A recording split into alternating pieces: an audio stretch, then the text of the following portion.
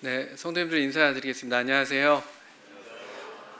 예, 반갑습니다. 이렇게 귀한 찬송으로 또 맞아주시고 또 성도님들께서 또 기쁘게 또 영접해 주셔서 감사드립니다.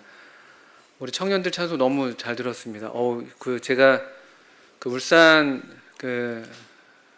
교회 그 소식을 들을 때 울산 중부교회는 찬송을 엄청 잘한다. 찬송 소리가 일단 크다. 엄청 크다. 이런 얘기를 많이 들었었는데 제가 맨 앞자리에 앉아서 그랬는지 좀 많이 컸습니다. 소리가 많이 커서 너무 좀 벅차다고 할까요? 마음에서 참 이 청년들이 이 저녁에 함께 하나님의 이름을 또 이 빛을 비추겠다고 노래하는 이런 찬송이 참 얼마나 귀한 찬송인가 이런 좀 생각을 하게 됐습니다. 그리고 그 필하모니 오케스트라 가셔도 될 것 같습니다. 다음부터는 그쪽으로 가시는 걸로 하셔도 좋을 것 같습니다. 굳이 이렇게 했어서 너무 감사합니다. 그리고 그 소개 아까 해주셨는데 제가 참 우리 성도님들 이렇게 뵈면서 참 어떻게 다시 한번 저를 잘 이렇게 제 마음에 있는 감사랄까요? 또 반가운 마음 또 성도님들이 향한 저의 마음을 좀 어떻게 표현하면 좋을까 이런 생각도 듭니다. 너무 참 귀하신 성도님들께서 이 금요일 저녁에 보통 모이기가 어려운 저녁입니다. 사실은요. 저희 교회도 지금 이 시간에 구역 집회로 모이는데요. 저희는 이제 구역별로 나눠서 이렇게 모이는데 금요일 구역 집회가 제일 참석률이 저조합니다. 청년이나 또 이렇게 어른들 할 것 없이 가장 좀 피곤하고 고단한 그런 날인 것 같더라고요. 금요일이요. 근데 그런 날인데 우리 성도님께서 많이들 이렇게 함께 이 자리에 이렇게 함께 하시는 걸 제가 뵙고 있고요. 또 이런 귀한 발걸음이 얼마나 귀하신가 또 이런 생각들을 하면서 좀 마음에 좀 이렇게 두렵고 떨리는 마음이 있습니다. 사실은 우리 울산 중부교회 장로님께서 저한테 한 달 좀 더 된 시간 전에 연락을 주셨었을 때 제가 사양을 했었습니다. 제가 감히 이렇게 울산 중부교회는 제가 이렇게 서울에서 듣기로도 너무 믿음의 소문이 너무 좋게 잘 나 있어요. 성도님들 아시는지 모르겠습니다.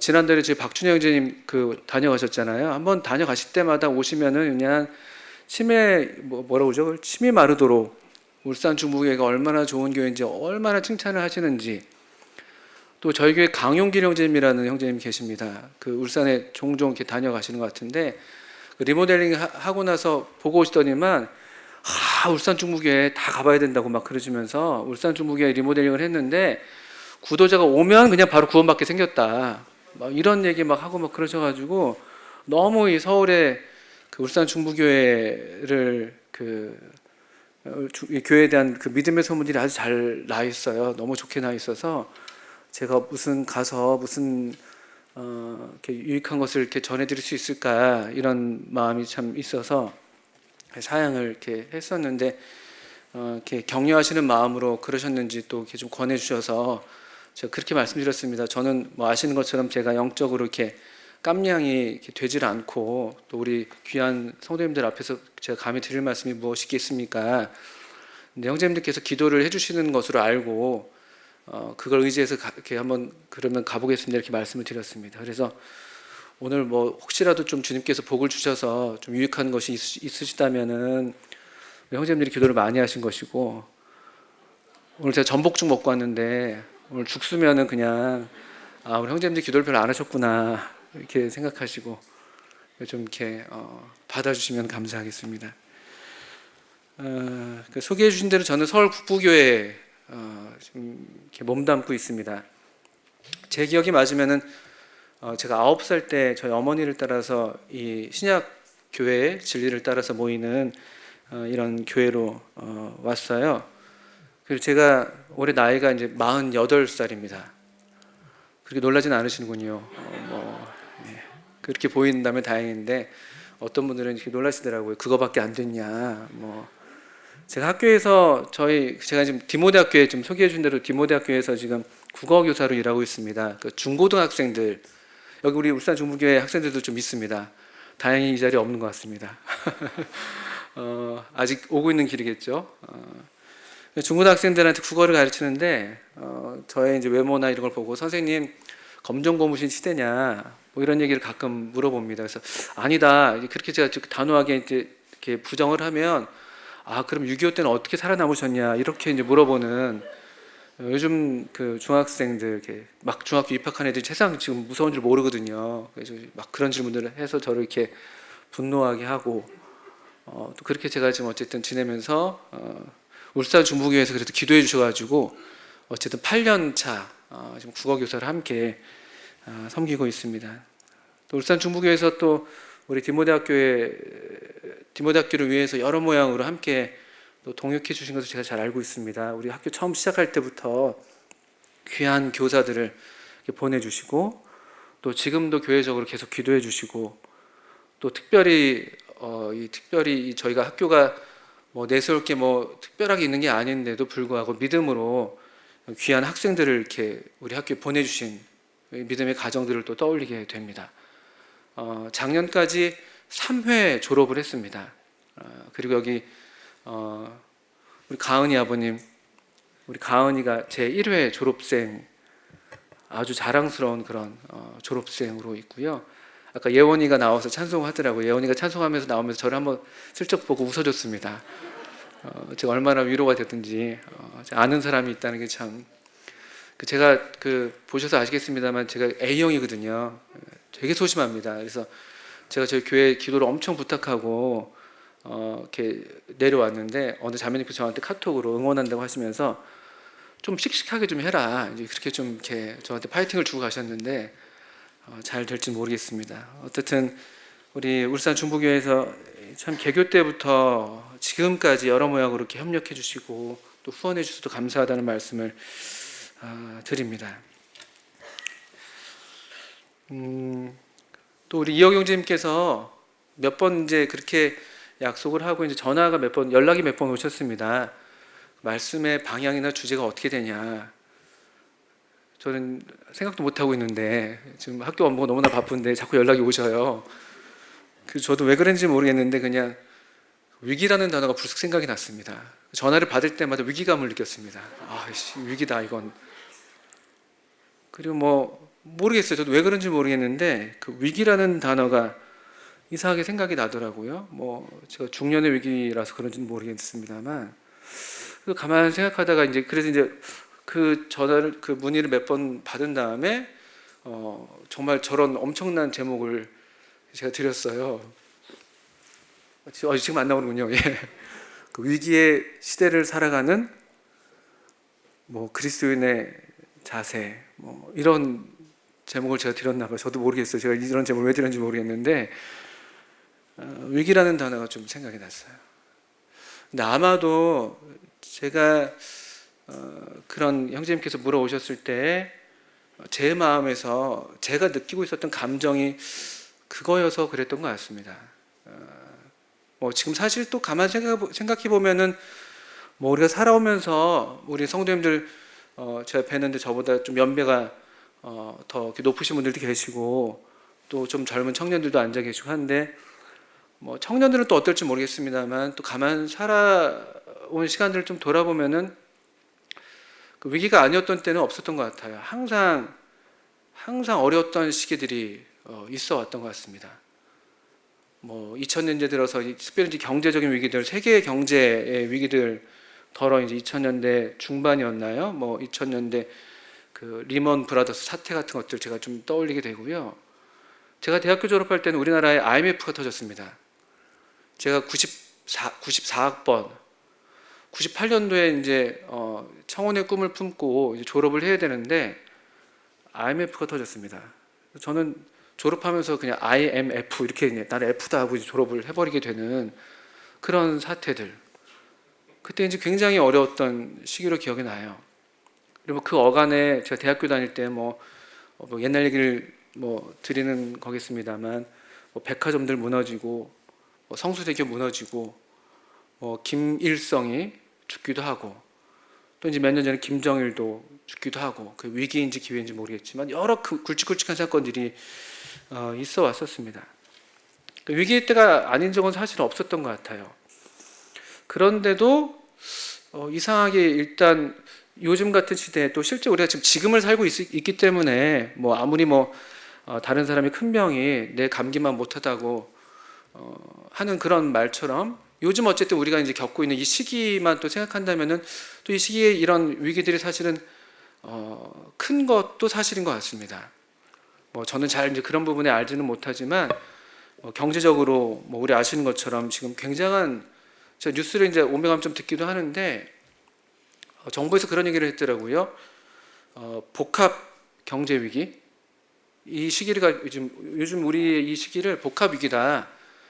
3고1저 이렇게 얘기하더라고요. 제가 좀 이렇게 뉴스를 좀 듣다가 메모를 했는데 고유가 저도 자동차 운전하고 있는데 이번에 KTX 타고 왔습니다.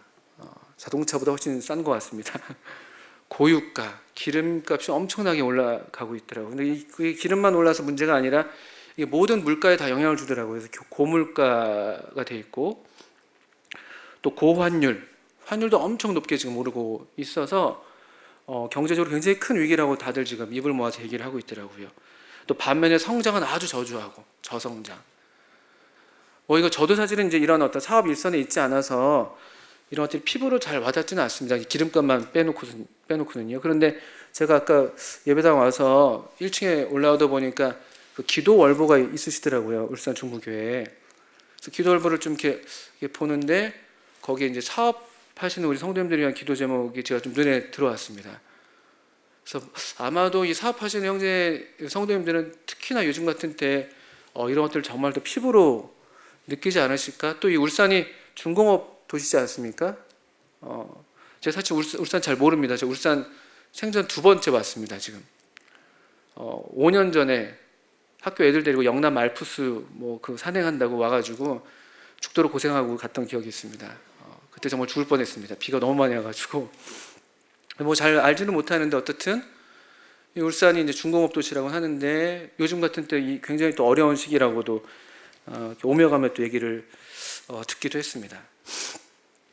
또 이제 코로나 때문에 저는 이제 제가 느끼는 위기감은 학교 현장에 있다 보니까 코로나 한 2년 좀 지나고 나서 아이들을 새로 맞이하고 이렇게 새로 또 신입생들을 맡고 이렇게 하는데 교육에 있어서 상당한 위기감을 느끼게 돼요. 교육이 예전 같지가 않고 저는 또 좀 나이가 들고 또 새로 들어온 애들은 좀 더 어린 애들이 들어와서 그런지 모르겠습니다만 제가 그렇게 느껴서 그런지 모르겠습니다만 예전 같지 않은 그런 어떤 그런 또 그런 세대 차이를 훨씬 더 많이 느끼게 되는 또 질적으로도 약간 또 이제 소위 이제 그 학생들은 이제 밭에다 비유를 하면은 조금 이제 밭이 조금씩 달라져 있는 그런 느낌들을 받곤 합니다. 물론 지금 우리 신생들이 잘못돼 있다 이런 건 아닌데 이제 제가 느낄 때 그런 것이죠. 가정적으로도 그런 위기감을 또 갖곤 합니다. 그리고 울산 중부교회는 안 그랬던 걸로 제가 들었었는데 교회적으로도 이 코로나 겪으면서 상당한 위기들을 지금 지나고 있죠. 당장 이 집회 자체가 어려웠던 그런 시기들이 상당히 있었고 이제 다시 아마 제가 듣기로는 울산 중부교회는 그래도 계속 모이셨다고 들었습니다. 그래서 또 그것 때문에 또 박주영 선생님이 계속 저희들한테도 울산 중부교회를 본받아야 된다. 그래서 그 얘기 하셨었는데 저희도 이제 한동안 못 모이고 온라인으로 모이다가 이제 새로 다시 이제 모이기 시작하는 그런 때를 지나고 있거든요. 이런 것들이 다시 회복되는데 생각보다 쉽지 않습니다. 또 오늘 어느 또 성도님께서 그 카톡으로 유튜브 또 뉴스 이제 보내주시는데 러시아의 푸틴이 핵을 좀 쏴야겠다 이런 얘기를 좀 꺼냈다는 그런 뉴스들. 정치적으로나 외교적으로나 이제 군사적으로나 우리가 느끼지 못할 뿐이죠. 우리가 또 얼마간 또 느끼는 영역이 다르긴 다르겠습니다만 어떻든 위기인 건 확실한 것 같습니다. 그래서 사실 우리가 더 크게 느껴도 될 텐데 저 자신만 봐도 그렇게 잘 느끼지 못하는 게 또 그거 자체가 하나의 위기일 수도 있는 것이죠. 이 외부의 위기에 대해서 그렇게 민감하지 못한 우리 자신의 어떤 상태 이거 자체도 사실은 다른 시대보다 더더군다나 이렇게 둔감해 있으니까 오히려 여느 시절보다 더 위태로운 시절인데 그 위기감을 오히려 더 느끼지 못하는 그런 어떤 이 거리감이 더 커지는 그런 위기도 있는 것 같습니다. 이게 저 자신만 봐도 위기인 것이죠, 사실은요. 저 자신만 봐도 어떤 뭐 시대를 이렇게 뭐 거창하게 얘기하지 않더라도 저 자신만 보면 정말 위기인 게 사실입니다. 그래서 이 단어가 저한테서 불쑥 튀어나왔던 것 같아요.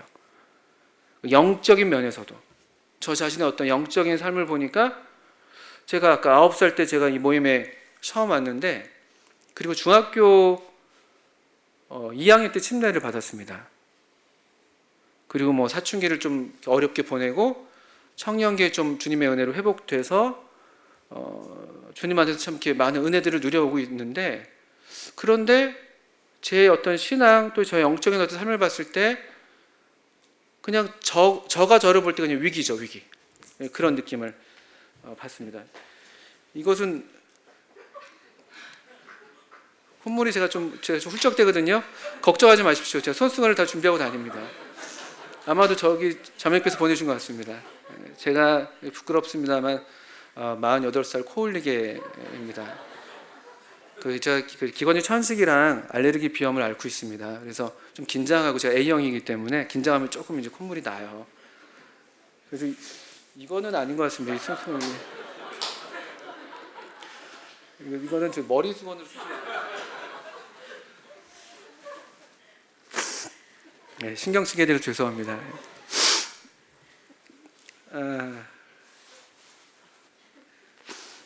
그래서 제가 위기네요, 위기 갑자기. 예. 그래서 제가 저 자신만 봐도 위기라고 말씀을 드리는 것인데, 그러니까 20대 때 제가 좀 청년기 때 주님 안에서 주님께서 제 마음을 뜨겁게 하셨던 그런 시절들, 20, 30대 때, 그리고 이제 40살이 되고 40대가 되고 뭐 사회적으로는 이렇게 저렇게 여러 일들을 더 하게 되죠. 이 시기가 그런 것 같아요. 저도 몰랐는데 왜 이렇게 아빠들은 바쁜가 했더니만 이 시기에 대한민국 남성들이 사회적으로 굉장히 여러 역할들을 하는 그런 시기인가 보더라고요. 그래서 이것저것 하게 되는 일들이 많고, 근데 겉으로는 이제 이런저런 일들이 이제 같이 관여하고 다 좋은 일들이죠. 뭐 디모데학교 일도 좀 고된 면이 없잖아 있지만 그래도 그런 수고들을 알아주시는 그런 성도님들의 위로가 또 참 마음에 따뜻하게 다가올 때도 있고, 그게 참 좋은 일들입니다. 뭐 교회에서 이런저런 일들도 섬기기도 하고 또 성도님들과 함께 사랑을 나누기도 하고 다 좋은 일들을 하고 여러 일들을 하는데, 근데 제가 저 자신을 볼 때 그래서 제 마음이 글쎄 주님과의 관계에 있어서 더 시간이 갈수록 더 이렇게 좋아지고 있는가? 더 주님과 친밀한 사귐을 더 누리고 있는가? 말은 더 많이 해요. 그럴 기회들이 이제 더 많이 생기니까, 사회적으로도 그렇고 애들한테도 말을 많이 하고 뭐 교회에서 청년들이나 또 성도님들과 그런 말씀들을 많이 나누곤 하는데, 정작 정말 나 자신의 삶을, 내 자신의 신앙을 이렇게 돌아봤을 때 이게 좀 괜찮은 건가? 이런 생각들이 들 때가 있습니다. 기본적으로 이렇게 시간이 되는 것 자체가 우리한테는 하나의 시험이 됩니다. 무슨 뭐 과학의 연력학 제2법칙 이런 법칙이 있다고 하는데, 모든 것들은 다 시간이 지나면 지날수록 더 안 좋은 쪽으로 가게 돼 있기 마련이라는 것이죠. 그래서 시간이 흐른다고 했을 때 우리의 신앙이 좋아진다는 보장이 없고, 또 사실은 그래서 시간의 어떤 이런 시험을 잘 통과해내서 계속해서 삶이 깊어지면 깊어질수록 우리 신앙이 깊어지는, 원숙해지는 그런 성숙을 이룬다는 것은 정말 하나님의 큰 은혜가 아니고서는 그렇게 되기가 참 어렵다는 것을 점점 더 절감하게 됩니다. 시간의 흐름이죠, 시간의 흐름. 제가 울산 중부교회 어떤 말씀을 이렇게 나눠 드려야 되나 이런 생각을 하려고 좀 생각하고 기도하는 중에 울산 중부교회 최근에 어떤 좀 말씀들을 나누시는지 좀 궁금해서 홈페이지에 들어갔습니다. 아무것도 없더라고요. 그래서 유튜브를 검색을 해봤습니다. 예배당 새로 리모델링해서 이제 소개하는 동영상 하나 있었고, 최근에 침례 받으신 성도님들이 간증이 있었습니다. 그 외에는 없더라고요. 그래서 이거 정말 제가 주특기가 이제 이렇게 누가 숟가락 이렇게 뭐 음식 잘 해놓으면 이렇게 숟가락 하나 얹어가지고 적당히 거기서 이렇게 하는 게 제 주특기인데 정말 아무것도 없더라고요. 숟가락 얹을 데가 없더라고요. 그래가지고 정말 이거 정말 주님이 정말 기도하러 하시나 보다 이런 생각을 했었는데, 제가 그러다 문득 아주 오래전에 박준영 형제님께서 저한테 주셨던 자료가 떠올랐어요. 여러분 아시는지 모르겠습니다. 울산 중부교회에 대한 엑스파일 40주년 때 울산 중부교회의 어떤 그런 그 회고와 이렇게 전망을 했던 PPT 최정락 형제님께서 만드셨던 걸로 제가 그렇게 전해 들었는데 맞는지 모르겠습니다. 아니신가요? 네, 제가 그거 유심히 보고 왔습니다. 그래서 울산 중부교회가 1974년도에 시작했구나. 임종원 부치님께서 그때 오셨다고 기록이 되어 있네. 허윤욱 형제님께서 1975년도에 언제 오셨구나. 그리고 어느 시점에 정책이라고 말할 수 있는 그런 때가 그렇게 진단하셨구나. 제가 그거 보고 왔습니다. 그리고 이제 1974년에 이 모임이 시작했고 지금 2022년이니까 48년 이렇게 되신 건가요? 굉장히 긴 시간을 보내오셨습니다. 그러니까 이 시간의 흐름을 이렇게 견뎌오고 계시다는 것 자체가 지금 이 위기를 잘 견디고 계시다는 하나의 증거가 되겠죠. 그리고 그런 중에 쇠퇴하지 않고 오히려 이렇게 새롭게 예배당을 리모델링하면서 주님 안에서 또 새로운 도약을, 또 그때 40주년 때 그렇게 비전을 주님 안에서 품으셨던 것처럼 이 다음 세대들, 우리 어린이들, 또 학생들, 청년들을 위해서 어떻게 생각하고 계시고 어떻게 그것을 위해서 또 이 교회가 함께 마음을 모으고 계시는지 그런 것들 제가 좀 생각하게 됐었습니다. 그래서 참 감사한 마음이 참 있습니다. 교회가 또 한 사람의 인생도 그럴진데 교회가 어떤 이 시간의 흐름, 이 시간의 시험을 잘 통과해내서 계속해서 우리의 다음 세대들에게 하나님의 교회로서 여기 건재한 모습을 보이고 있는 것만으로도 사실은 대단한 성공이라고 저는 생각합니다. 제 개인의 삶을 봐도 그렇고 저희 교회는 이제 2019년에 40주년을 보냈거든요. 그런 어떤 시간의 흐름들을 저도 경험하면서 제가 9살 때 와서 제가 올해 48살이 됐으니까 한 40년 가까운 시간을 이 한 교회에서 저도 있으면서, 그리고 이제 앞선 세대들이 이제 가시고 또 이제 젊은 세대들이 일어나는 것들을 봐야 되는데, 이게 과연 그 중간에 저가 이제 껴있는 그런 세대라고 말할 수가 있을 텐데 이렇게 잘 지금 되고 있는가, 이런 어떤 두려운 마음들을 제가 갖고 있기 때문에 이 시간의 흐름, 또 이 시간의 시험을 잘 견뎌내는 것, 시간 자체가 우리한테 하나의 위기로서 그냥 그대로 작동하는 것인데 이 시간을 잘 이 시간의 시험을 잘 통과해내는 것, 이게 사실 보통 일이 아니라는 생각이 들었습니다. 그리고 그런 생각을 할 때 제가 이렇게 떠오르게 된 성경이 요한계시록 1장에 있는 말씀이었습니다. 한번 성경 요한계시록 1장을 펴주시죠. 제가 좀 서론이 길었는데요. 요한계시록, 제가 왜 요한계시록이 떠올랐냐면은 이 요한계시록이 이 교회가 발흥한 지 한 50년, 60년 그렇게 된 시점에 이 편지가 쓰인 것이죠. 그러니까 이미 이 상당한 시간의 어떤 이 시험을 지금 통과해내고 있고 그 자체로서 위기들을 계속 겪어오고 있고 지금도 여전히 그래서 더 큰 위기 가운데 처해 있는 이 교회들을 보게 되는 것이죠. 먼저 한번 요한계시록 1장 8절, 9절, 10절 이렇게 한번 읽어보겠습니다. 요한계시록 1장 8절, 9절, 10절. 주 하나님이 이르시되 나는 알파와 오메가라. 이제도 있고 전에도 있었고 장차 올 자요 전능한 자라 하시더라. 나 요한은 너희 형제요 예수의 환난과 나라와 참음에 동참하는 자라. 하나님의 말씀과 예수를 증언하였으므로 말미암아 반모라 하는 섬에 있었더니 주의 날에 내가 성령에 감동되어 내 뒤에서 나는 나팔 소리 같은 큰 음성을 들으니. 8절부터 10절까지 읽었습니다. 요한계시록은 1장 1절에서 보시는 것처럼 예수 그리스도의 계시라 이렇게 시작합니다. 그러니까 예수 그리스도, 우리가 믿고 따르고 섬기고 충성을 맹세해서 이 시간을 지금 지나오고 있는 그분이 어떤 분이신지, 그 예수 그리스도가 어떤 분이신지를 밝히 드러내 보여주는 책이 요한계시록이라는 것이죠. 이 계시라는 말은 감추었던 것을 이제 그 커튼을 들춰내서 보여준다는 뜻입니다.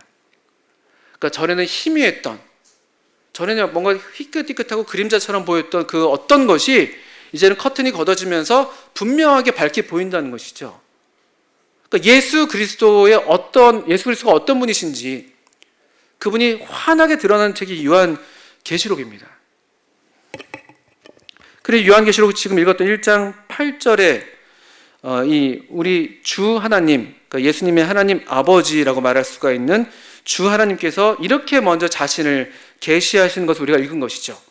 주 하나님이 이르시되 나는 알파와 오메가라, 이제도 있고 전에도 있었고 장차 올 자요 전능한 자라 하시더라. 이게 예수 그리스도 예수 그리스도 자신의 어떤 직접적인 계시는 아니라 할지라도 이 삼위일체 하나님에 대한 요한계시록에서 직접 첫 번째로 계시하시는 내용이 바로 1장 8절인데요. 근데 이 말씀을 잘 보십시오. 하나님께서 자신을 가리키셔서 나는 알파와 오메가라고 말씀하십니다. 이 알파와 오메가라는 것은 우리말로 치면요, 그 우리말 자음이 있습니다. 자음이 기역부터 히읗까지 있잖아요. 그 말하자면 나는 기역이요 히읗이다, 이렇게 하시는 말씀입니다. 그 그리스 알파벳의 첫 글자랑 마지막 글자죠. 나는 처음과 끝이라는 것입니다. 우리 하나님께서 처음과 끝, 이 시간을 전체를 아우르시는 분이 바로 이 하나님이시다. 그리고 이것을 좀 더 다시 또 풀어서 설명하는 것이 그 8절의 후반부에 이제도 있고, 현재죠, 현재. 전에도 있었고, 과거입니다. 그리고 장차 올 자, 미래입니다. 우리 이 사람이 경험하는 시간의 어떤 이 직선적인 시간 개념에서 과거, 현재, 미래가 있는데, 하나님께서 우리의 수준에 맞게 말씀을 하시는 것인데, 그러나 하나님께서 이 과거와 현재와 미래를 다 소유하시는, 다 아우르시는 시간의 주인. 그리고 우리는 이런 직선적으로 시간을 이해하고 있지만, 이런 모든 시간을 소유하고 있는 이 하나님의 속성을 가리켜서 우리는 영원이라고 말을 하죠. 하나님, 영원하신 하나님, 항상 계신 그 하나님으로 자신을 계시하십니다. 시작만 하시는 게 아니라, 알파만 있으신 게 아니라 오메가까지 가지신, 오메가라고 쓰실 수가 있는, 모든 역사의 페이지의 맨 끝에 마침표를 찍으실 수 있는 유일한 권위자, 그런 역사의 작가, 저자, 시간의 주인. 이것이 큰 틀에서 이제 모든 역사에 대한 어떤 주권을 가리키는 말이 될 수도 있겠고, 작게는 우리 개인의 삶에도 마찬가지가 될 수 있을 것입니다. 우리로 처음 이 땅에 나게 하신, 이 땅에 나게 하셨던 어떤 그 순간 이전부터 사실 우리가 그 창세전에 예정되어 있었으니까, 우리의 존재의 시작부터 우리의 존재의 끝이 있는 건 아니겠지만, 우리의 어떤 그 영원한, 하나님과 함께하는 그 영원한 어떤 삶의 주권을 갖고 계신, 우리 개인의 삶에서도 처음과 끝을 소유하시는 그런 하나님이라고 우리한테 밝히 보여주고 계십니다. 이것이 이 사도 요한 당시에 그들에게 필요했던 하나님에 대한 계시였어요. 왜냐하면 아까도 말씀드렸지만, 이들이, 사도 요한도 그렇고 지금 예수님이 승천하신 뒤 한 60년이라는 시간을 지나오고 있는 제2세대, 제3세대 지금 교회들, 성도들인 것이거든요. 이제 이 세대들은 거의 주님을 직접 목격한 사람들이 이제 많이 있지 않은, 사도 요한 정도나 그나마 생전에 예수님을 직접 목격했던 사람이죠. 가장 어렸던 사도로서. 이 시간의 흐름을, 시간의 시험을 통째로 지금 맞이하고 있는 상당한 위기 가운데 있었습니다. 그 시간 속에서 우리 어떤 동질의 어떤 그 질만 유지해도 참 잘하는 것인데 아까 말씀드렸지만 보통 시간이 지나면서 일반적으로 쇠퇴하기 마련이잖아요. 어떤 조직이든 어떤 사람이든 처음에 품었던 그 이상들이 그렇게 오래 가지 못합니다. 처음 어떤 운동을 시작했던 한 사람이 아주 열정이 있어서 그 비전이 있어서 그 사람 주위로 많은 사람들이 모이지만 그 사람이 떠나고 나면은 좀 다른 형태가 되죠.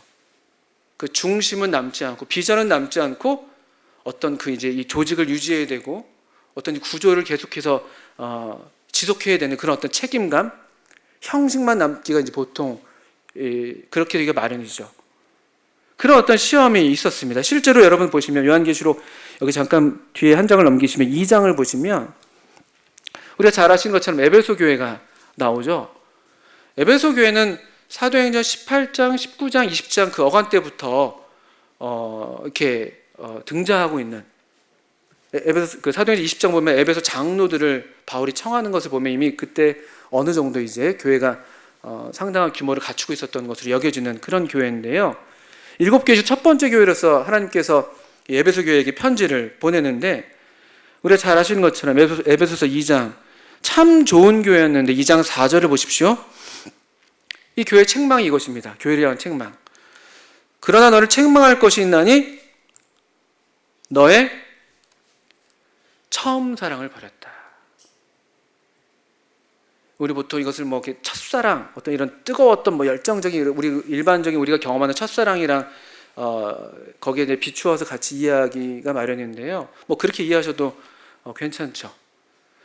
근데 또는 조금 더 좋은 번역은 너가 처음 가졌던 사랑 또는 이전의 사랑, 처음 이 교회가 시작했을 때 가졌던 그 사랑을 버렸다는 겁니다. 그 사랑을 어딘가에다 지금 포기했다는 거예요. 내버려 뒀다는 거예요. 이게 안타까운 현실이죠. 아주 좋은 교회, 여전히 좋은 교회예요. 2장 1절부터 3절 내용을 보면요, 에베소 교회에 대한 칭찬이 보통 칭찬이 아닙니다. 이런 칭찬이라도 얻을 수가 있다면 정말 그것만이라도 복이죠. 그런데 여기 처음 사랑을 버린 그런 현상이 2장 4절에 우리가 나타나고 있다고 볼 수가 있습니다. 이게 그냥 그 자체로서 시간 자체가 우리에게 위기가 되는 그런 하나의 좋은 하나의 그 예가 되는 것이죠. 처음 사랑을 버렸던 에베소 교회. 이 만만하지 않은 것이죠. 처음에 그때 그 어떤 우리의 내적인 면에서도 그렇고요, 외적인 환경도 많이 달라지는 것이에요. 이를테면 2장 8절 9절 보시면 서머나 교회에 대한 또 편지를 보시면 이 교회들의 어떤 형편을 보실 수가 있습니다. 2장 9절을 보십시오.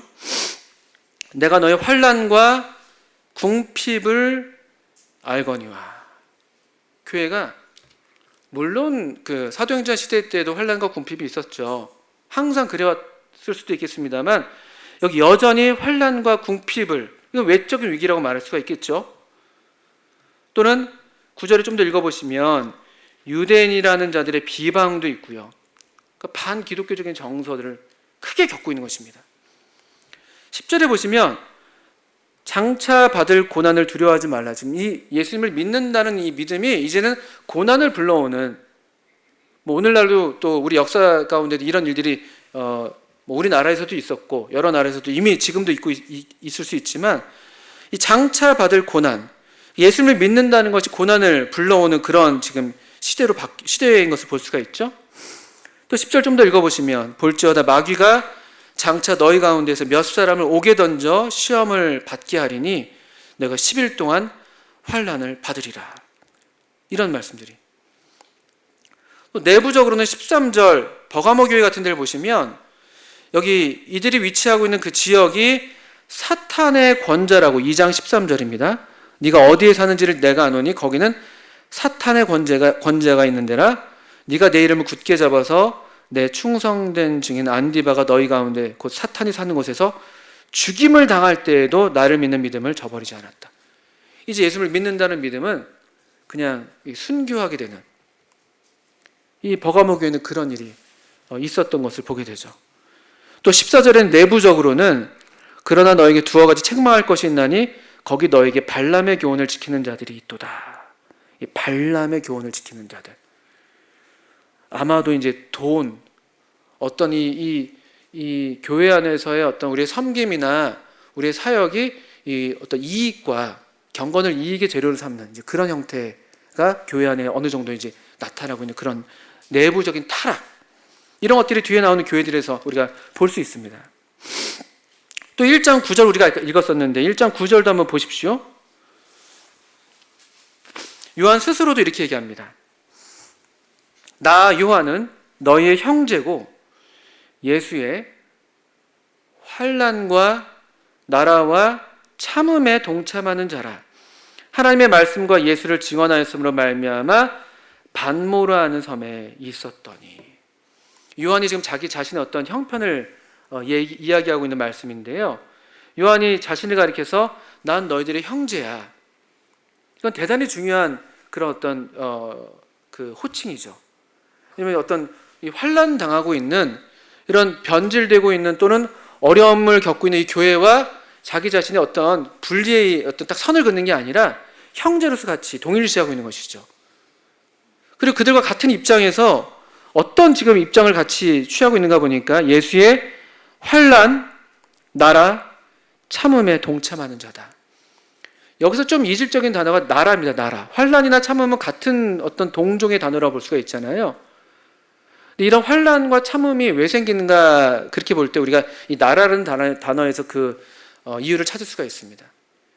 이 사도 요한은 이 당시 로마 제국이죠. 로마 제국이 로마 황제를 신성시하는 그런 정책을 처음부터 폈습니다.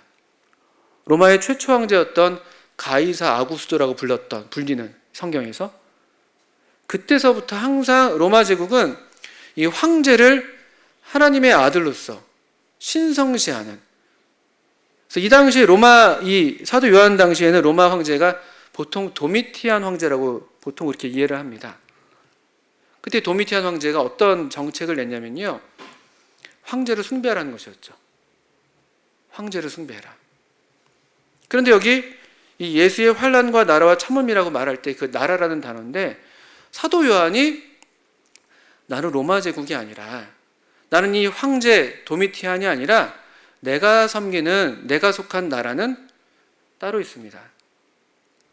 제게는 다른 임금, 곧 예수라 하는 분.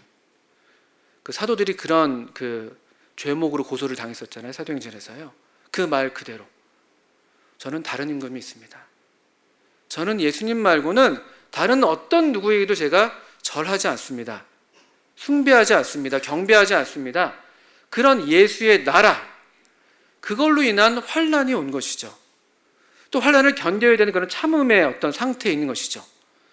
그 예수의 나라와 환난과 참음이 결합되어 있는 장소가 여기 보시면 9절에 반모라 하는 섬이 되는 것입니다. 반모. 반모라는 섬은 그 당시에 유배지였습니다. 우리 조선시대 때 뭐 추자도 같은데 이런 데로 유배를 많이 보냈잖아요. 그런 것처럼 반모섬에 로마 제국의 정치범들을 보통 유배를 많이 보냈대요. 사실 정치범이죠. 왜냐하면 황제에게 충성을 하지 않으니까.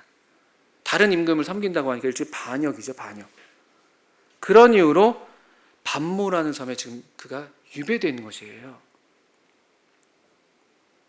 이게 사도 요한이 지금 겪고 있는 시대였고, 이 사도 요한 시대에 다른 교회들도 똑같은 시험을 지금 당하고 있었던 것이죠. 근데 사실 역사는 항상 이 한 질문으로 결국은 귀결됩니다. 너 누구 섬길래?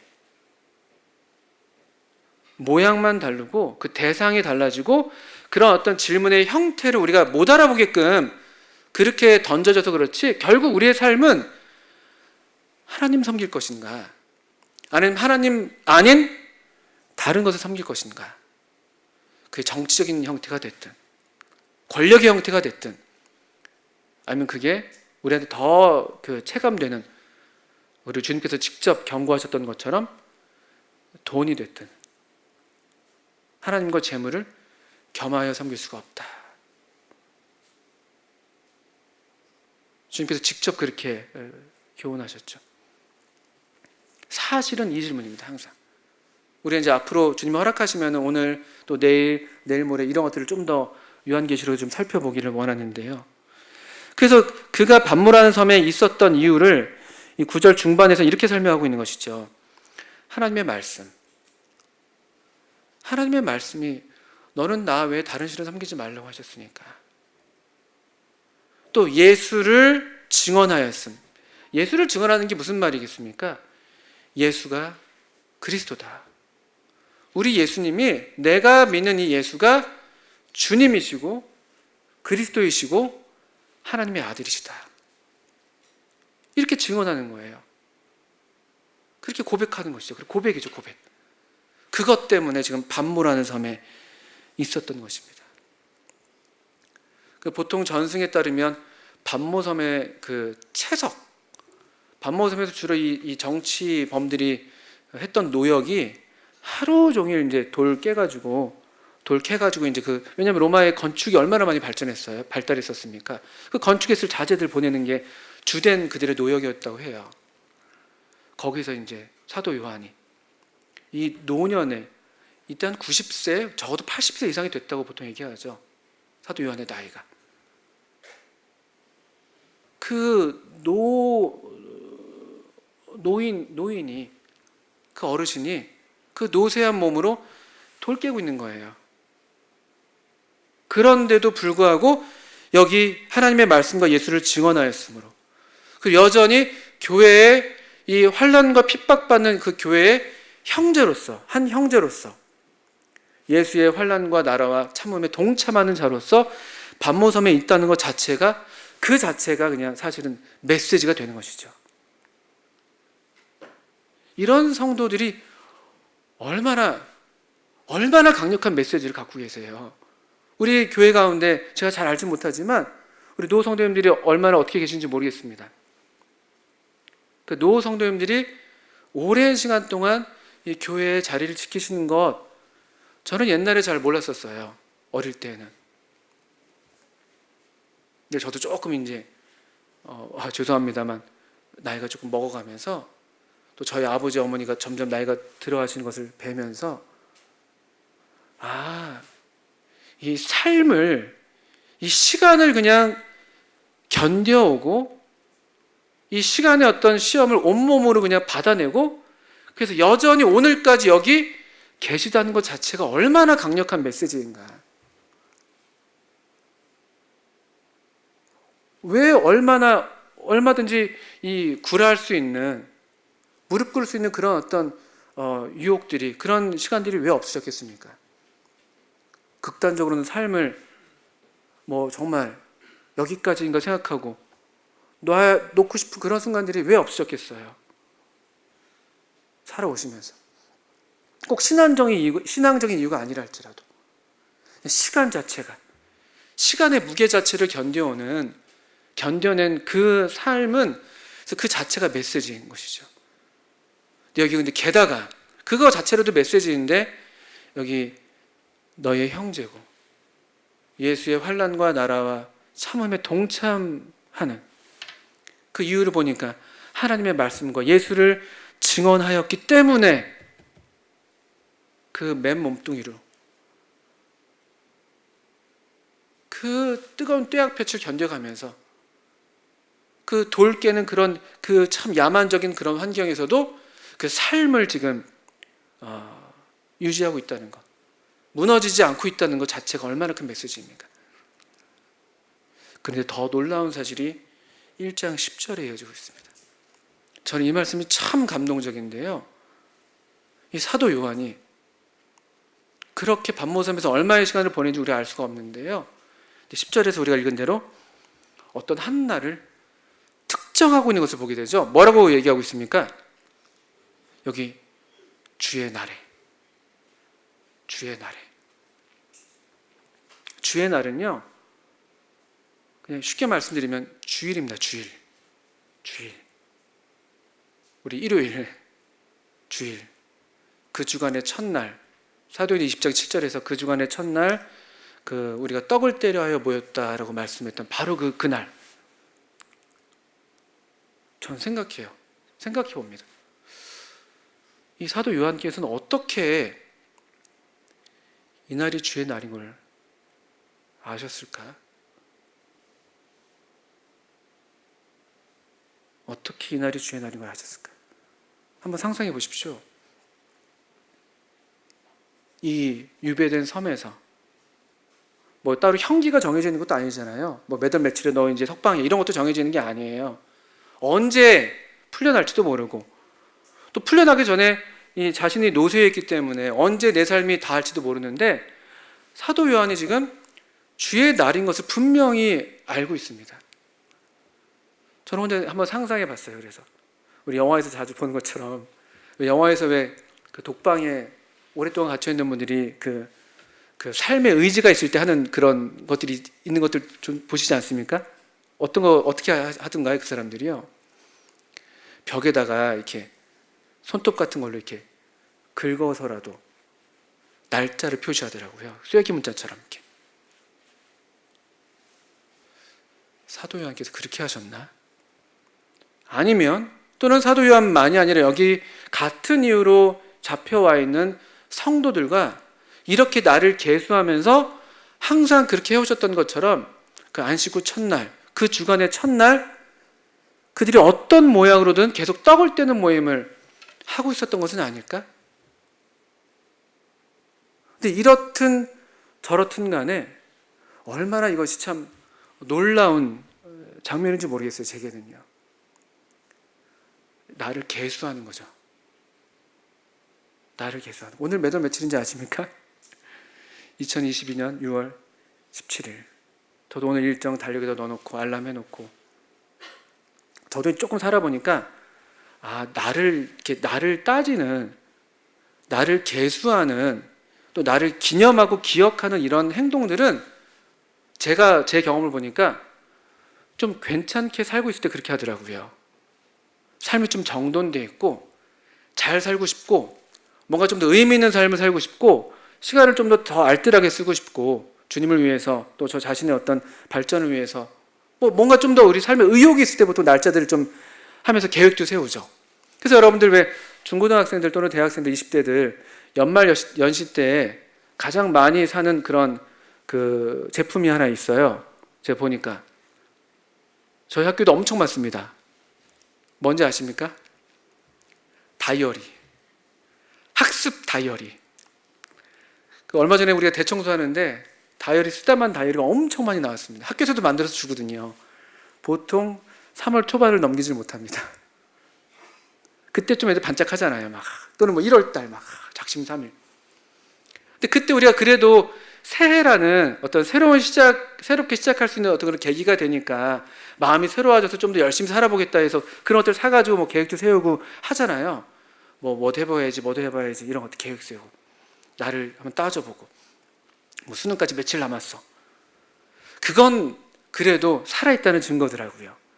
근데 그 날이나 날짜가 가는 것도 잘 모르고 뭐 그거 잘 모를 때 어떤 때인가 보니까 정말 뭐 좋은 의미로든 안 좋은 의미로든 정말 말 그대로 정신없이 살 때 오늘이 그날인지도 모르고 그냥 정말 정신없이 살 때는 날에 대한 개념이 없더라고요. 조금 그래도 정신이 있을 때는 계절이 바뀌는 것도 좀 알죠. 참 계절 좋구나. 봄이 왔네. 꽃이 저렇게 저번 주에 없었는데 오늘 폈네. 이런 것들이 눈에 보이는 것들은 좀 그래도 지금 삶이 좀 그래도 정돈되어 있다는 뜻이래요.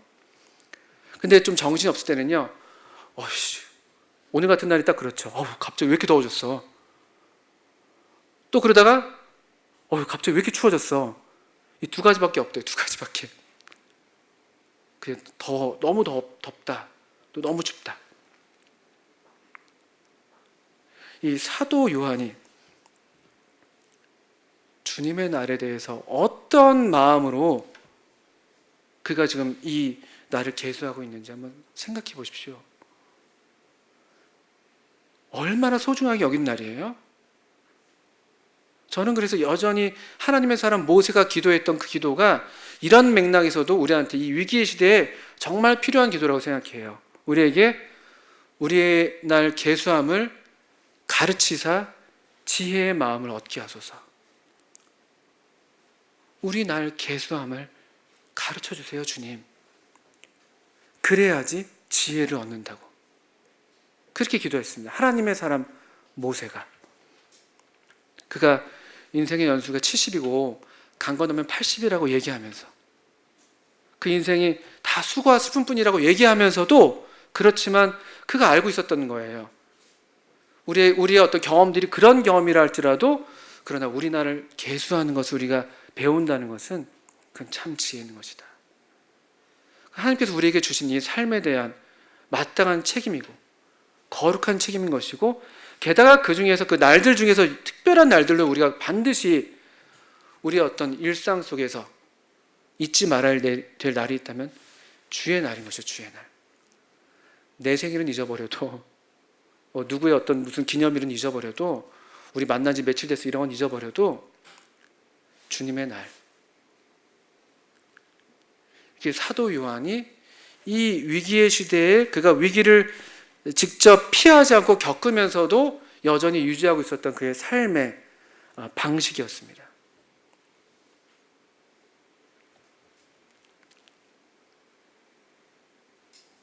이런 삶을 사는 사도 요한에게 10절에 보신 것처럼, 여기 그때 주의 날에 이제 내가 성령에 감동되어 내 뒤에서 나는 나팔 소리 같은 큰 음성을 들으니, 이렇게 되어 있습니다.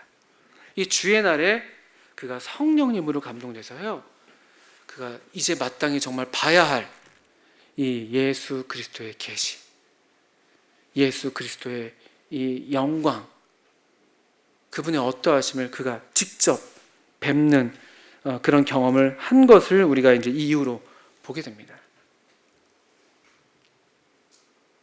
주의 날에 성령이 감동돼요. 전 그래서 저 자신을 이렇게 자신에게 질문하는 질문이었는데, 우리가 내일 모레 또 주일이지 않습니까? 이거 주일 맨날 돌아오잖아요. 저 자신에게도 그렇고 성도님들도 한번 스스로에게 여쭤보시면, 물어보시면 좋은데, 이 주의 날을 어떻게 우리 계수하고 계시나요? 이게 생각보다 대단히 중요한 영적인 삶의 하나의 중심입니다. 그냥 맨날 똑같은 주일이고 똑같은 만찬 예배고 똑같이 그냥 모이는 그냥 모임이지, 이런 수준이 아닌 것이에요. 그 주님을 기념하는, 우리가 이 떡상에 나올 때마다 우리 그 엠마오에서 두 제자들이 주님과 함께 그 떡을 같이 나눴죠. 그때 주님께서 떡을 떼어 그들에게 주실 때, 그때 그들의 눈이 밝아져 가지고요, 그들이 그때 예수님을 알아봤습니다. 이게 보통 일이 아니에요. 떡을 떼는 이 모임, 이 주의 날, 우리가 주의 날에 떡을 떼려 모이는 게 사도들의 관습이었고, 오늘날 우리도 그렇게 하고 있는 것인데요, 그것이 왜 그토록 중요한가? 그 주의 날에 떡을 떼는 모임을 통해서 우리가 역시 이 사도 요한과 비슷한 유사한 경험들을 하는 것이죠. 성령으로 감동돼서 우리가 주님을 마치 뵙는 것처럼, 눈으로 보진 못하죠, 우리는 사도 요한처럼. 그러나 우리의 마음으로, 우리의 심령으로 뵙는 것이죠. 그래서 사도 베드로가 고백한 것처럼, 너희가 예수를 보지 못하였으나 사랑하는도다, 그런 얘기를 사도 베드로가 하잖아요. 우리 직접 이렇게 보진 못하지만 이 주의 날 모일 때마다 이 떡을 통해서 주님께서 우리에게 분부하신 것처럼 우리 주님을 기념하게 되고, 주님을 기억하게 되고, 회상하게 되면서 성령께서 우리를 감동하시는 그런 감동들을 입게 되고, 그 성령의 감동이 항상 우리를 어디로 인도합니까? 성령님은 항상 우리를 주님의 영광으로 인도하시죠. 요한복음 14장에서 말씀하신 것처럼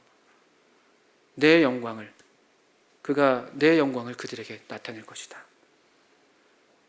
그래서 눈을 들어라 주님께, 그런 찬송 있지 않습니까? 예배 찬송가 166장이던가요? 갑자기 찬송을 부를 뻔했습니다. 자꾸 가사를 떠올리려고 하다 보니까, 그의 영광 앞에 세상 근심은 사라지네, 이런 가사일 겁니다. 그 경험을 우리가 하는 거죠.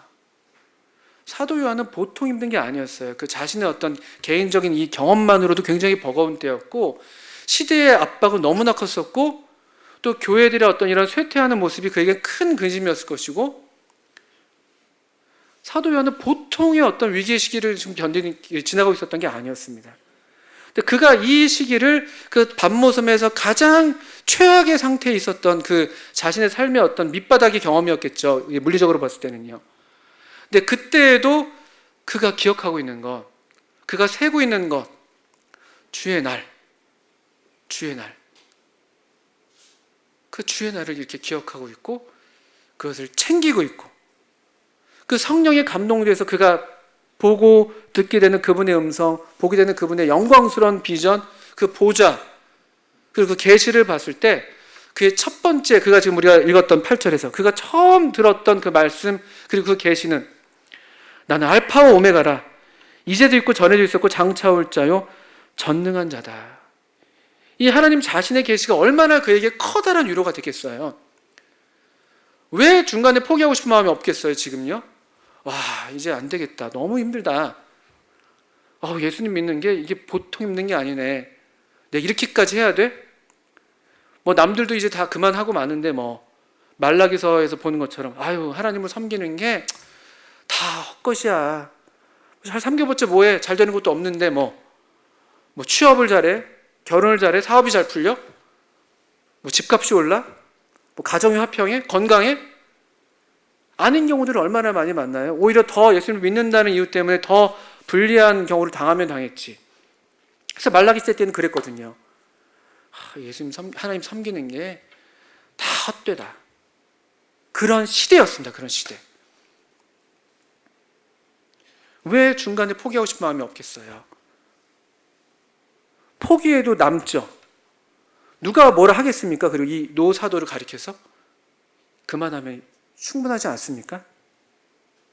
이쯤에서 그냥 밤모섬까지 가시는 거는 좀 그러신 것 같으니까 이쯤에서 하셔도 괜찮겠습니다. 그렇게 우리가 인간적으로 그렇게 말할 것 같고, 자신이 그렇게 말해도 우리가 뭐라 말하기 어려울, 그럴 것 같은데도 불구하고 사도 요한이 이렇게 끝까지 가고 있는 이유는 뭐냐면요, 바로 이 계시 때문이에요. 나는 알파와 오메가라고 말씀하신 이 하나님, 알파셨기 때문에, 내 믿음의 삶을 시작하게 하신 분이 하나님이시기 때문에 나로 이 땅에 나게 하시고 나로 하나님의 형상대로 사람으로 나게 하셔서 하나님을 예배하게 하신 분이 이 하나님이시기 때문에, 시작하신 분이 하나님이시기 때문에 반드시 하나님이 끝내실 것이다. 내가 끝내는 게 아니라 하나님이 끝내실 때까지는 끝난 게 아니다. 그리고 그 끝은 아직 오지 않았다. 요한계시록이 마지막, 성경의 마지막 책인데, 사실 요한계시록이라는 책도 없었으면 이 성경도 이상하게 끝나는 거죠. 끝나는 게 아니죠, 사실은요. 아직 끝나지 않은 거예요. 페이지가 남은 것이죠. 그리고 이 이야기의 결말이 이렇게 끝나는 결말이 아니죠. 밤모섬에서 끝나는 결말이 아니에요. 우리가 요한계시록에서 그 이후로 계속 보게 되시는 것처럼 우리가 영광스러운 미래가 약속되어 있거든요. 밤모섬이 우리의 끝이 아니에요. 로마 제국이 우리의 끝이 아닙니다. 더 위대하신 왕, 만왕의 왕, 만주의 주, 우주의 황제, 그분 앞에 서는 날이 우리의 끝날일 것이고, 그 황제께서 우리를 인정해 주시는 그날이 있거든요. 오메가가 아직 있거든요. 하나님은 이제도 있고 전에도 있었고 장차 올 분이시니까요. 그리고 하나님은 이 8절 끝부분에 전능한 자다, 전능한 자다. 이거는 일종의 군사용어입니다. 군사용어. 최강 무기, 전능한 자, 가장 강력한 힘, 무엇이라도 깨부술 수 있는 그런 능력, 전능한 자. 이 계시가 얼마나 이 사도에게 큰 힘이 되고 위로가 됐겠습니까? 그리고 이 메시지가 이 계시가 그래서 이 위기의 시대를 겪고 있는 이 7 교회들에게도 필요했던 것이고 오늘날 우리에게도 역시 동일하게 필요한 계시인 것이죠. 그래서 여기 요한계시록이 우리를 위해서 주어진 것입니다. 사실 겉으로 볼 때는요, 이 교회 예수를 믿는 사람들 아주 약합니다. 요한계시록의 비유는 어린 양이에요. 어린 양. 요한계시록 5장에 어린 양, 일찍 죽임을 당한 것 같은 어린 양. 얼마나 어린 양 자체도 얼마나 힘이 없는 미약한 존재예요. 그런데 게다가 일찍 죽임을 당한 것 같은, 상했다는 거죠. 엉망진창이 된 겁니다. 어린 양으로 묘사가 돼 있어요, 우리 주님이. 근데 놀랍게도 가장 미약해 보이는 그 어린 양이 가장 강력한, 이 어린 양만이 심판의 권세가 있는 그 이늘대기에 합당하신 분으로서, 이 땅 위에서나 땅 아래서나 어디에서도 이 이늘대기에 합당한 사람이 없어가지고 사도 요한이 엉엉 울었거든요. 근데 울지 말아라. 유대지파의 사자 다윗의 뿌리가 이겼는데, 전능자니까 이기시죠. 항상 이기시는 분이시죠. 그 두루마리와 그 7인을 떼시리라 이 천사 장로 중에 한 사람이 얘기를 했는데, 그래서 돌아봤더니만 한 어린 양이 서 있는 것이죠. 항상 성도들은 어느 시대고 항상 어린 양이었습니다. 주님께서 친히 말씀하셨잖아요. 내가 너희를 보내는 것이 이리 가운데 어린 양을 보내는 것 같다. 우리는 이 시대에서 어느 시대이건 항상 주류가 아니었어요. 항상 소수자, 약자, 변두리. 교회가 중심을 탐하는 순간 항상 교회는 타락했습니다. 교회가 어린 양이를 포기하는 순간, 어린 양을 따르기를 포기하는 그 순간 항상 교회는 짐승이 됐어요. 짐승편에 서고. 근데 이 어린 양이 전능한 자라는 이 역설적인 진리가 이 요한계시록에 펼쳐져 있는 것이죠. 이 믿기 어려운 진리인데, 이분이 전능한 자라는 것이 믿기 어렵지만 이것이 참으로 사실이기 때문에, 또 이것이 성령께서 우리로 믿게 하시는 그런 진리이기 때문에 우리가 믿을 때 이 전능하신 분의 능력이 우리 가운데서 역사하는 것이죠. 그러니까 환난과 나라와 참음에 동참할 수 있게 되는 것이에요. 괜찮은 거예요. 좀 당하면 어때요? 조금 고생하면 어때요? 조금 손해봐도 괜찮습니다. 내 자존심 조금 굽혀도 괜찮습니다. 사실 그게 능력이죠. 그게 능력입니다. 손해보는 게 능력이고요, 내 자존심 굽히는 게 능력이고, 겸손할 수 있는 게 능력입니다. 사람들은 그걸 잘 몰라요. 그렇지 않습니까? 우리의 본성은 그냥 내버려두면은 내 이익을 챙기려고 하는 것이고, 교만하기가 더 쉽고, 그거는 아무런 힘이 필요 없어요. 그냥 생긴 대로 살면 그렇게 되는 것이죠. 근데 좀 양보하고, 조금 내가 희생하고, 조금 내가 애매하게 고난을 당해도 견디고 참는 것, 이거 능력입니다. 그래서 이 일찍 죽임을 당한 것 같은 어린 양, 그분의 십자가, 그것은 그대로 그래서 하나님의 능력이 되는 것이에요. 어떤 신도 그럴 수 있는 능력이 없었습니다. 어떤 신도 자신이 겸손해질 수 있는 능력을, 자기를 낮추는 능력을 갖고 있지 않았어요. 인간들에게 요구하고 다고다고 하는 그런 신들이었지, 인간에게 주는, 자신을 내어주는 그런 종류의 신은 없었던 것이죠. 이 요한계시록 1장 8절의 이 계시, 주 하나님이 이르시되 나는 알파와 오메가라, 이제도 있고 전에도 있었고 장차 올 자요 전능한 자다. 이 말씀이 이 사도 요한 당시에도 혹시라도 다른 뒤에 말씀들을 다 읽지 못한다 할지라도 이 예언의 말씀을 읽는 자와 듣는 자와 그 가운데 기록한 것을 지키는 자가 복이 있다고 말씀은 했지만 때가 가깝기 때문에, 근데 혹시라도 뭐 어떤 이유로든지 다 들을 수 없고 다 뭐 볼 수도 없고 다 읽을 수도 없고 그걸 지킬 수 없다 할지라도 그가 그래도 하나 들어야만 하는 말씀이 있었다고 할 것 같으면 어쩌면 이 말씀 아니겠습니까? 제일 먼저 등장하는 하나님에 대한 계시. 저는 이 하나님을 믿습니다. 저는 이 말씀을 저도 믿습니다. 그 제가 믿기로는 모름지기 성도, 예수님을 믿는 사람들이라고 할 것 같으면은 제가 보니까 저희 앞서 믿음의 선배들을 보니까 이 말씀을 믿으셨더라고요. 그래서 환난과 나라와 참음에 동참하는 그런 삶을 사셨더라고요. 근데 참 신기하죠. 그래 인간적으로 보면 그렇게 좀 그렇게 흠모할 만한 삶은 아니잖아요. 좀 고생스러운 삶이고, 좀 수고하는 삶이고, 좀 조금 손해보는 삶일 텐데, 근데 제가 보는데, 저도 이제 그 믿음의 후배로서, 2세대로서 이 시대에 이 편지를 받는 그런 수진자 입장에서 제가 봤는데, 좋더라고요. 어린 양을 따라 사는 삶이 흠모할 만하더라고요. 가진 게 없는데 넉넉하시더라고요. 연약하신 것 같은데 강건하시더라고요. 사람들이 뭐 잘 알아주는 것 같지는 않는데 하나님이 알아주시는 게 제 눈에 보이는 것 같더라고요.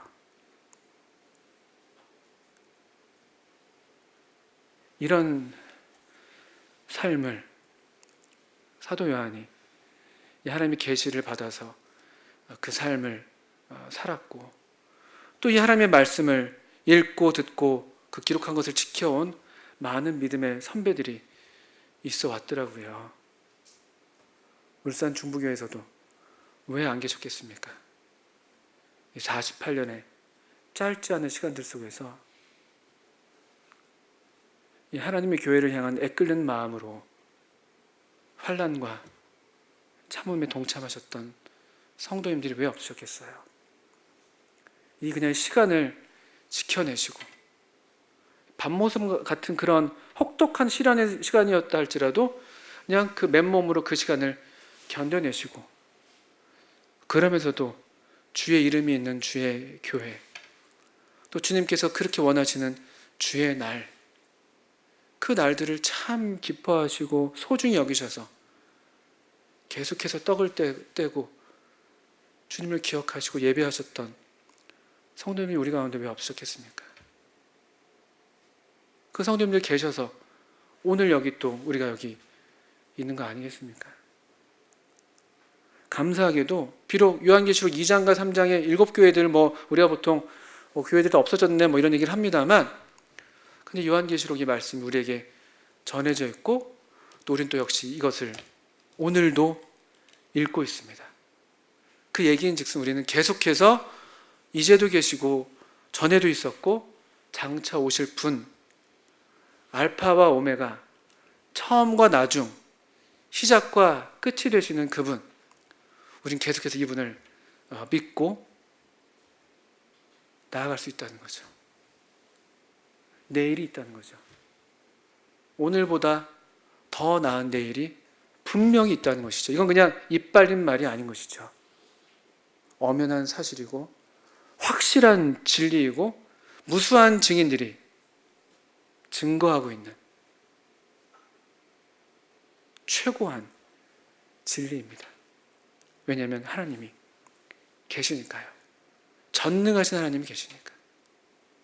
우리를 견딜 수 있게 하시는, 우리로 그 나라를 사모하게 하시는, 우리로 기꺼이 충성하도록 하시는 그런 놀라운 사랑의 능력을 소유하신 참 흠모할 만한 그 어린 양, 그 어린 양이 우리에게 계시다는 것이죠.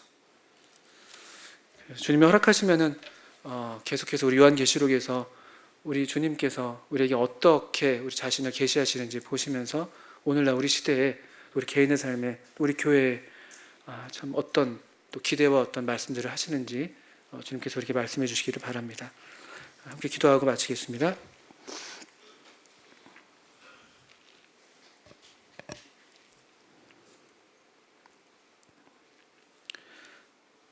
하나님 아버지, 여기 참 주님께서 기뻐하시고 주의 이름을 두시고 주님 스스로 영광을 취하시기를 참으로 만족스러워하시는 귀한 주의 자녀들을 주께서 보시겠습니다. 주님께서 이 교회를 참 사랑하셔서 어떻게 이제까지 우리 주님 자신을 교회 가운데 나타내 보이시고 어떻게 교회로 능하게 하시고 또 어떻게 귀한 성도들을 강건하게 하시고 능하게 하셔서 오늘에 이르게 하셨는지 제가 볼 때에 참 주님 앞에 엎드려 경배를 드리게 됩니다. 아버지 하나님, 계속 우리 가운데 또 교회 가운데 성령님으로 말미암아 우리 주님의 어떠하심을 나타내 보이시는 주님의 계시로 충만하게 하시고 우리의 마음 눈을 밝혀주셔서 영광스러운 주님을 우리도 뵙게 하셔서 우리로 계속 이 참 복되고 아름다운 믿음의 삶을 계속 살아갈 수 있도록 주님 우리를 응원해 주시고 격려해 주시기를 기도합니다. 우리 귀한 성도님들을 주님의 은혜의 말씀께 부탁을 드리옵고 또 주님 허락하시면 계속해서 우리 가운데 하나님 말씀을 열어 보여주셔서 또 하나님 말씀을 열어 볼 때마다 주님의 영광을 저희로 뵙게 해주시기를 원합니다. 모든 기도와 간구를 예수님의 이름으로 하나님 아버지께 기도합니다. 아멘. 네, 감사합니다.